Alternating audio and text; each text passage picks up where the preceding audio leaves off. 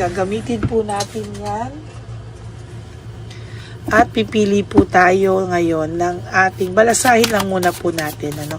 Importante po ay nabalasa po natin.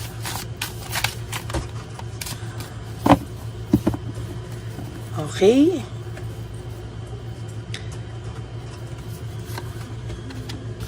You've triggered me, no? Parang sa ngayon daw po, ang pakiramdam niya po ay wala kang ginagawa, pero natitrigger mo pa rin po na mag-isip siya sa'yo, no?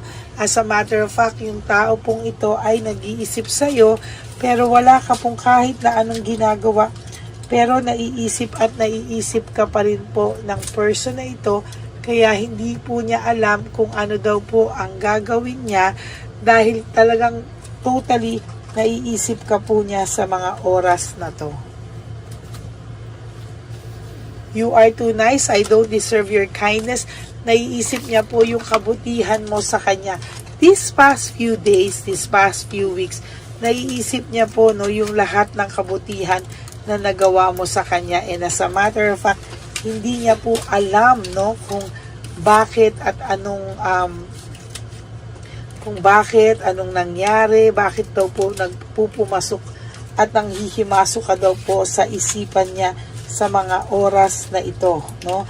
Sa totoo lang po, ang taong ito po ay talagang pinipilit niya po na huwag kang isipin, pinipilit ka po niya na lumayo, no, sa paningin mo, malis ka sa kanyang isipan, pero hindi po siya makaalis-alis sa isipan mo. As a matter of fact, ang tao pong ito ngayon ay natitrigger po talaga siyang mag-isip sa iyo. For some reason, hindi niya po alam bakit, pero ikaw po ay naiisip niya sa mga oras na ito, no?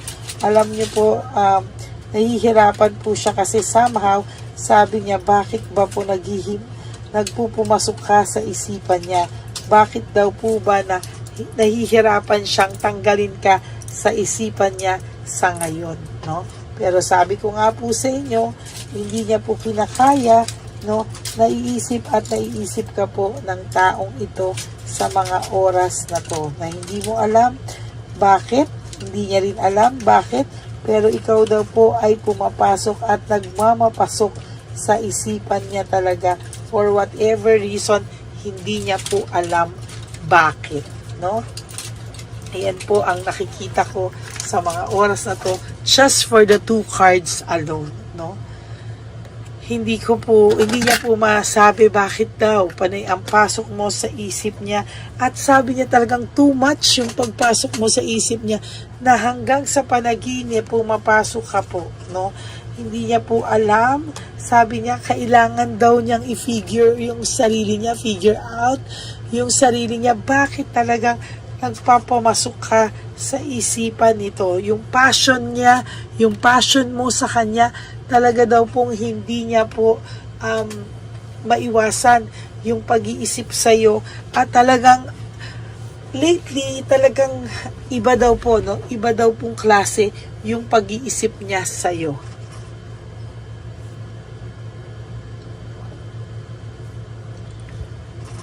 I wish I could understand you. Sa totoo lang po, itong person na to, iniisip niya po talaga, no? Iniisip niya po na sana daw maisip niya kung ano ba yung mga nangyari, sana daw maintindihan kanya without any pagmamatigas, without any pride, without any ego. Sana daw po ay maisip niya daw po sa iyo na intindihin ka ng bongga, yung tipong with all his heart, yung pag-iintindi niya sa'yo, yung pag-iintindi niya na hindi dahil sa kung ano pa man, no? Hindi dahil sa may ego siya, may pride siya, gusto niya raw pong maintindihan ka ng sobra, no?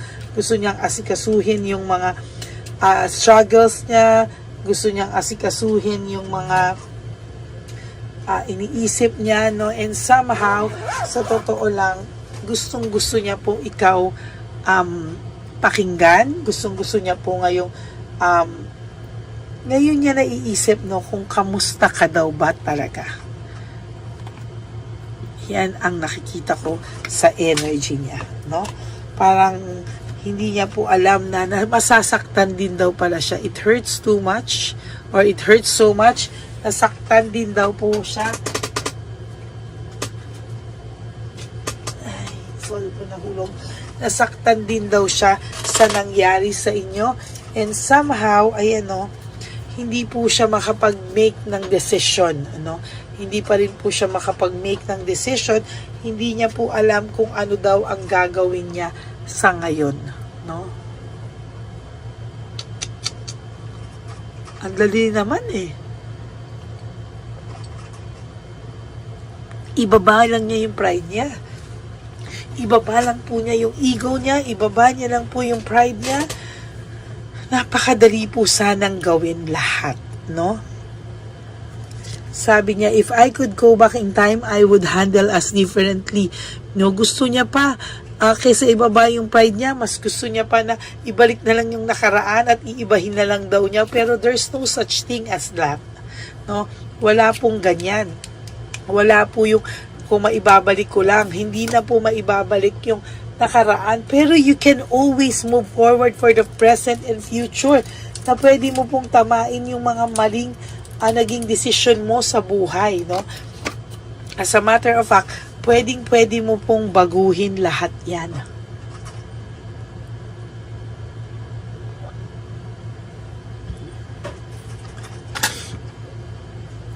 Kinakain po siya ng feelings niya alive, no? Sabi niya po, nahihirapan siya sa ngayon, hindi niya po alam kung ano po yung gagawin niya kasi sa totoo lang, may emptiness siyang nararamdaman. May emptiness, haggard po ang taong ito. So sobrang haggard niya po, haggard na po siya sa kakaisip, haggard na po siya sa mga kinakaguluhan ng isip niya, haggard po siya sa pakiramdam niya, no? Naging haggard po siya at hindi niya po yan maitatago, no? Technically, lalabas at lalabas po ang katotohanan. Hindi niya po yan kayang itago at hindi niya po yan maitatago pa. Sinasabi ko po sa inyo. Panay drama lang po ang gagawin niyan sa buhay niya, no? Parang pakitang tao, no? Parang ang papakita niya po ay panay drama, panay show. It's all about the show. Hindi po siya talaga, hindi mo po malalaman what is the truth. Ayaw niya pong ipaalam sa'yo ano po yung pakiramdam niya sa ngayon. And technically, talagang hindi mo po makikita ano po ang nangyayari sa kanya sa ngayon. Sabi niya, I need to hold back my true feelings for you. Talagang sa nakikita ko po ngayon ay, ayan no, hindi po maitatama ng isang mali ang isa pang mali. Kaya ang gagawin niya lang po ngayon ay magtatataguan lang kayo ng feelings, no? Huwag mo po siyang gantihan, okay? Sabi ko sa inyo kung ano yung ginawa niya sa iyo, huwag mong gantihan because sabi ko nga hindi matatama ng isa mali ang isa pang mali. Kaya sa totoo lang, hayaan mo lang po siya kung hindi mo pa malaman ang katotohanan. Hayaan mo lang po siyang i-hold back yung true feelings niya sa'yo at magdrama ng magdrama because there will come a time na ikaw po mismo ang makakakita, makakaramdam, makakabalita ng totoo po, no? Ng totoo pong nangyayari sa kanya, no? Hindi po niya alam, I don't know where to start, hindi niya po alam saan, kailan at papaano niya po aayusin ang buhay niya. As a matter of fact, talagang ang taong ito ay talagang gulong-gulo. Sabi ko nga po sa inyo, haggard to, stress to. Pero pilit niya po pinagtatakpan. Why? Because yun na lang daw po yung meron siya eh. Yung ego and pride, no? Na talagang pinagtatakpan niya po at ayaw niya pong malaman mo, no? Ang tao pong ito ay may pinagdaan ng childhood trauma, no? Or hindi po maganda ang buhay niya growing up, no? Marami po siyang tinago or unresolved issues, emotional baggage sa sarili niya. Kaya po nag-trigger din ito, no? Sa totoo lang. Hindi na rin po niya kilala yung sarili niya. Kung sinasabi mo po na itong taong to ay hindi mo na kilala nung mga huling part ng relationship nyo, para siyang monster na, para siyang sa totoo lang po, ayan, no? Childhood trauma po yan. To be honest with you. Sabi nyo po, hindi mo deserve to, no? Deserve mo ay better, no? Pero sa totoo lang po, alam niya rin po yun, no? Kaya nga po, ayaw niya pong, sa totoo lang po, ayan, no? Ayaw niya pong ayusin, no? Yung mga bagay-bagay ngayon, ayaw niya, kasi gusto niyang parang ma-hold ka pa niya, no? Ayaw niya po talagang, yan, no?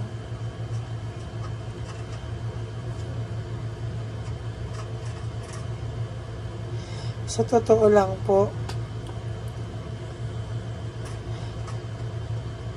talagang hindi mo po alam kung kailan at kailan ito magbabago.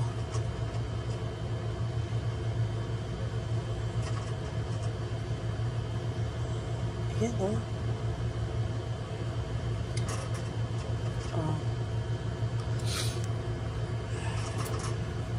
Sabi din po niya dito, I can't come to you right now. Hindi po siya makapunta sa iyo. Sa totoo lang, kasi alam niya po na the way I have treated you was wrong. Maling-mali daw po ang pagtratong ginawa niya sa iyo. At hanggang ngayon po ay hindi po natitigil ang pain na to, no?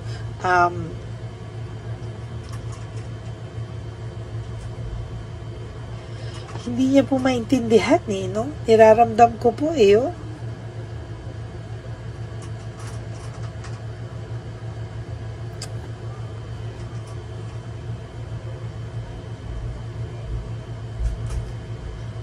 Niraramdam ko po, mabigat po ang aura niya ngayon, mabigat po yung pakiramdam niya ngayon, sa totoo lang.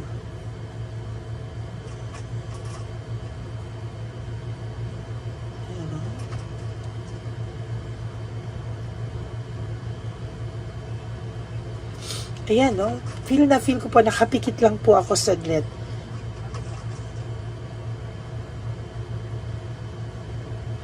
Sa araw pong to or sa oras pong ito, kung ito po ay natutulog man, kung ito ay nasa ibang bansa, kung ito man ay natutulog sa mga oras ngayon, siya po ay naiisip ka pa rin po. Maybe some of you, lumalabas ka pa rin po, some of you, sa kanyang mga panaginip, talaga pong overwhelming po yung nangyayari sa kanya.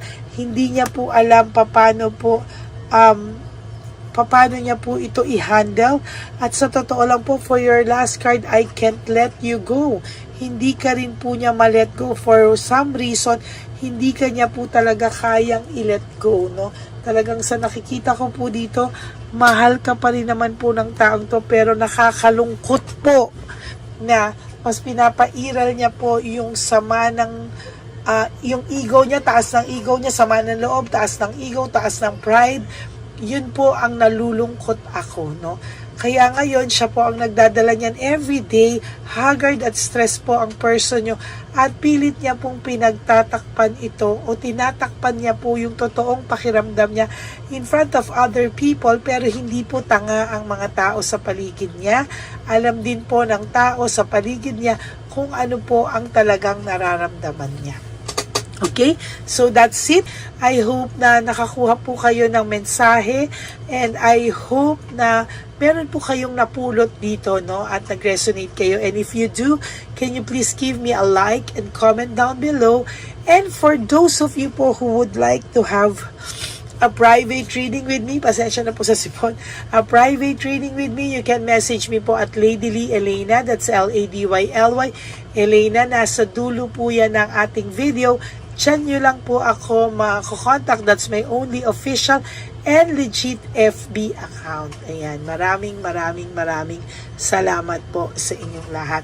And of course, sa lahat po ng aking ever loyal and solid Lady Elaine family, no skipping of ads po. Tulong nyo na po yan sa ating channel para mas marami pa po tayong matulungan na matatanda.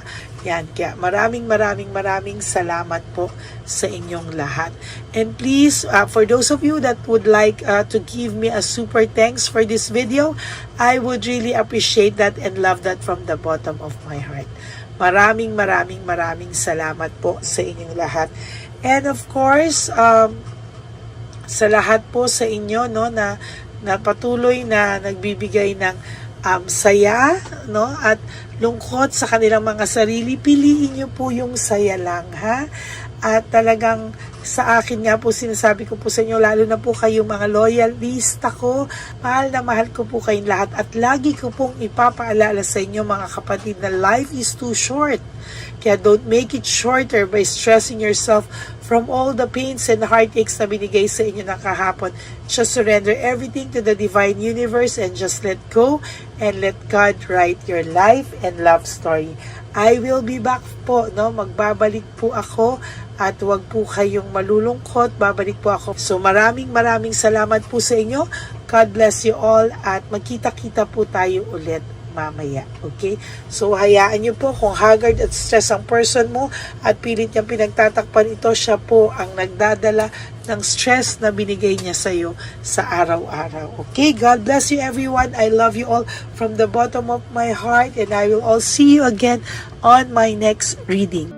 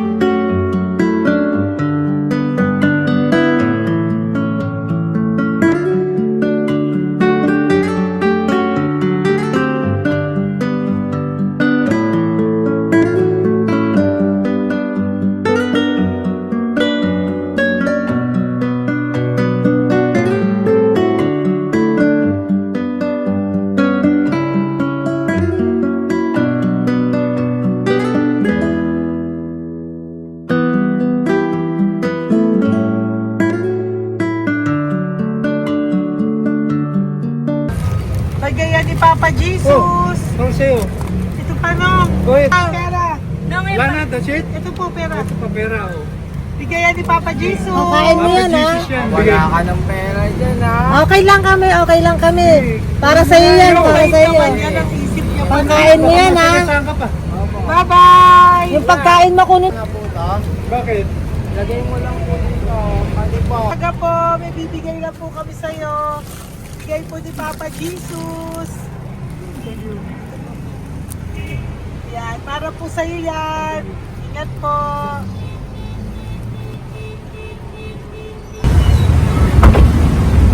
Ganda tanghali po. May bigay po si Papa Jesus sa inyo. Salamat po. Ito po. Salamat po. Sige siya po kayo sa Ampaw. Thank you po. God bless po, nanay. Ingat po kayo lahat. Apo, apo, apo. Panginoon po. God bless.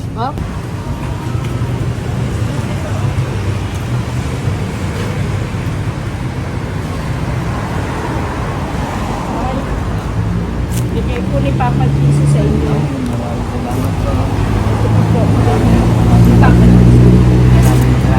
God bless po.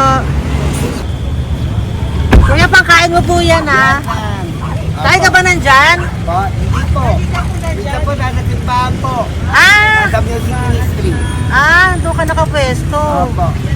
Sige po, labay po. Kapit po, inip.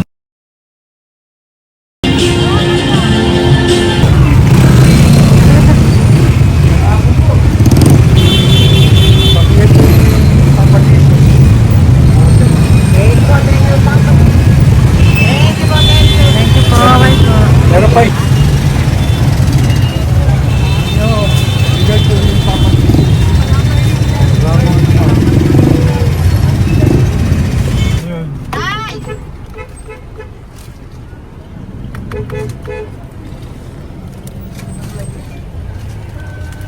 Yun. Tay, para sa iyo po, bigay po ni Papa Jesus. Papa Jesus, eh. Tay, bye-bye. God bless po, God bless. Para sa iyo po, bigay po ni Papa Jesus. Ayan po, bigay po yan sa iyo ni Papa Jesus. Thank you po. Amen.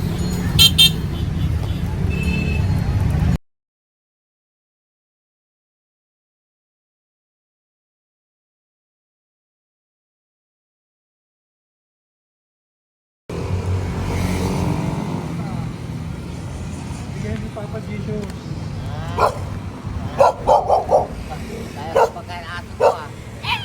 Madami mong aso, kuya. Alaga mo lahat yan? Kaya sa isya, nasa niya iba? Ay, talaga? E, paano pagkain yan, kuya? Saan mo kinukuha? Lahat. Ang dami. Ang dami niya pong aso. Oy, ang daming aso ni kuya. May nagbibigay sa inyo pagkain? Okay po. Hayaan mo kuya, pag nadaan ako, bibigyan kita ng dog food dito, ha? Dito ka lang ba lagi? Okay po, sige. Okay po. Marami din akong aso sa bahay, eh. Okay po. Isa. Kuya, pangkain mo yan, kuya.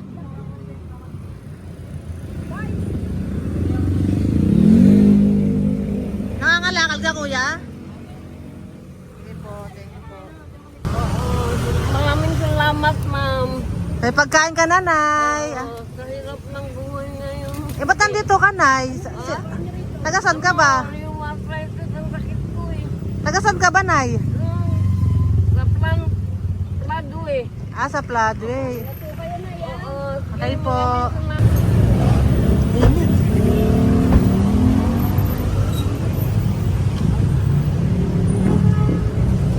Nay!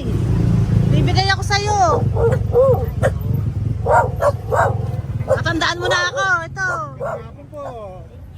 Si tatay. Si tatay. Thank you, nay. Habay po.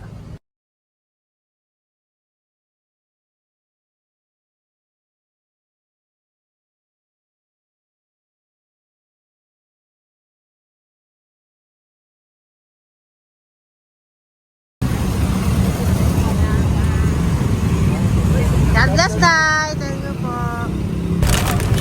Pabigay po. Ay, bigay po ni Papa Jesus. Salamat po.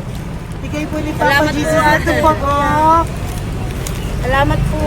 Bigay po ni Papa Jesus. Ito pa po. Salamat po, tay. Salamat po, tita. Bye-bye po. Maraming po salamat. Kayo, ate. Opo, ingat po kayo. Taga saan po kayo? Taga Tayabas, Quezon po kami. Mga aita po kami sa Quezon, mga katutubo. Sige. Ingat po. God bless.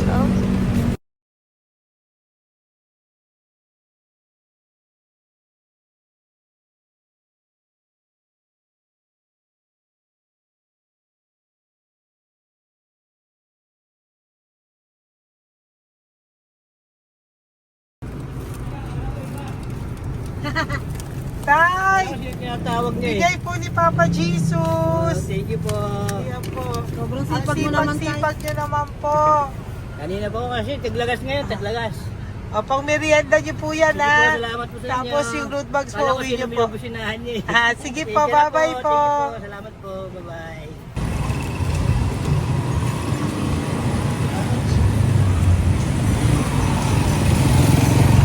Brother! Basta, mabigay ni Papa Jesus sa'yo. Ang kaya mo yan, ba't hindi ka makatayo? Na ano ka? Okay. Sige, bye-bye. Hello po. Tama. Para sa inyo po, bigay ni Papa Jesus. Thank you very much. Sige po, bye-bye po. God bless you. Tay, magandang hapon po. Bigay po ni Papa Jesus. Ito pa po, Tay. Para sa inyo po. Bye-bye po.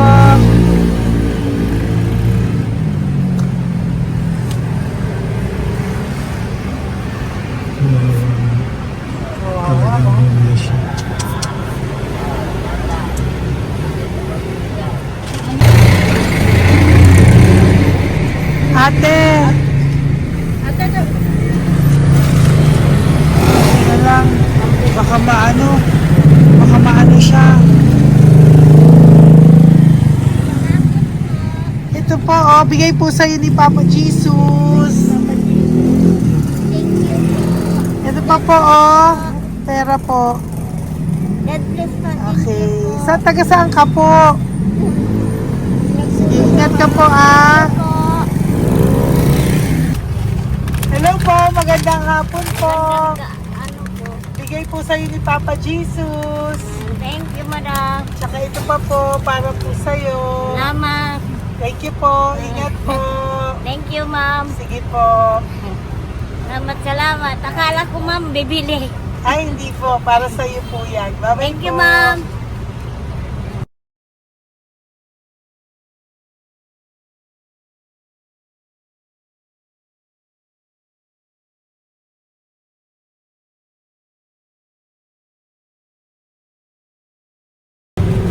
Ay! Hirap na hirap. Bibigay po ako ng puso. Hirap na hirap Dito siya. po tayo, dito sa kabila. Ano mo siya, lies pa yan. Kawawa naman.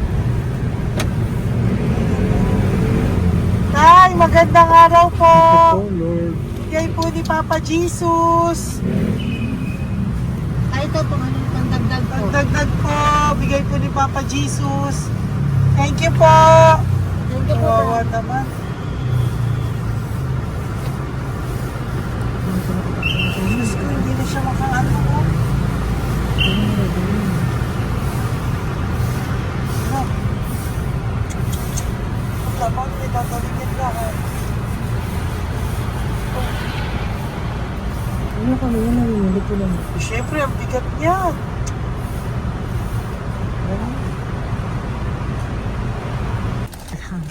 Kaya, bigay sa'yo ni Papa Jesus. Thank you po, ma'am.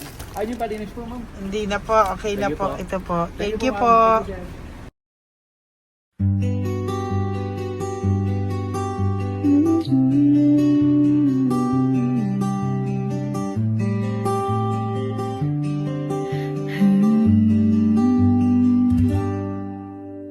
Nasa panahon ako ng kalungkutan, panahon na hindi ko alam ang gagawin. Nalilito, naguguluhan, nagtatanong sa sarili, ano nga ba ang gagawin ko? Nang biglang nag-browse ako sa YouTube at biglang lumabas ang channel mo, ang mensahe na noon ay nilabas mo. Angkop sa nadarama ko. Unang beses lang dumaan ang channel mo sa browser ko. Hindi ako nagdalawang isip na hanapin Facebook account mo at mag-message sa'yo. Agad ka naman sumagot sa mensahe ko. Hindi ko alam ang damdamin noon, dahil parang may sumungaw sa aking pag-asa. Nang kaliwanagan sa dilim ng gabi, dumating ka, ikaw ang sagot sa panalangin. Salamat dumating ka at nakilala kita, Madam Elena. Nabago mo ang pananaw ko. Noon ay malabo, ngunit ngayon ay may linaw na tinatahak. Salamat sa Diyos, ikaw isang anghel